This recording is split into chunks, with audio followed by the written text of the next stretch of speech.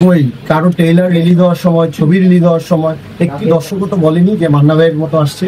আমার সময় কেন বললো এটা আপনারা খুঁজে বের করেন, কেন বললো? আমি নিজে তো বলিনি, আমি তো এখনো বললাম। মানে অনেকেই বলছে যে আপনার সিনেমা হিট খাওয়ানোর জন্য আপনি এটা বলেছেন মান্না ভাইকে। আচ্ছা, আপনারা আমি বলি, আপনারা বলতে পারবেন যে আমার মুখ দিয়ে আমি এই কথাটা বলছি? এটা তো দর্শক বলছে। আমার মুখ দিয়ে তো আমি সবসময় একটি কথাই বলি যে মান্না ভাইয়ের পায়ের সমান যোগ্যতা আমার হবে না। কিন্তু মান্না ভাই মারা যাবার 17 বছর পর ইন্ডাস্ট্রিতে 200 রূপে নতুন ছেলে আসছে।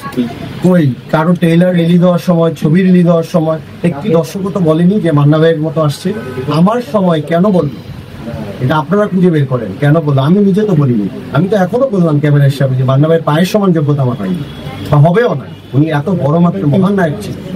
এখন এটা বলছে, আমি এটাকে আশীর্বাদ হিসেবে নিচ্ছি আমার দর্শকদের, এবং আমি বলবো যে মান্না ভাইয়ের দর্শকগুলো যেন অবশ্যই এই 14ই নভেম্বর আমার যে ছবিটা রিলিজ হচ্ছে ওয়ার, এটা যেন মান্না ভাইয়ের দর্শকরা মান্না ভাইকে ভালোবেসে যেন রাসেল মিয়ার ছবিটা দেখে। কয়টা হলে মুক্তি দিবেন আপনি? এটা আপনি সাংবাদিক, আপনি এটা আজকে জেনে রাখবেন, কারণ আপনারও শিখার দরকার আছে। আপনি হল লিস্টটা পাবেন বৃহস্পতিবার, প্রতিটা ছবি রিলিজ হয় শুক্রবার। আপনি সাংবাদিক এটা আজকে শিখে রাখবেন, এই হল লিস্ট পাবেন বৃহস্পতিবার রাত 12টা পর্যন্ত। এমনও হইতে পারে যে 11:49 একটা ছবি হল বুকিং হচ্ছে, এই জন্য হল লিস্ট কেউ 4 দিন আগে দিতে পারবেন।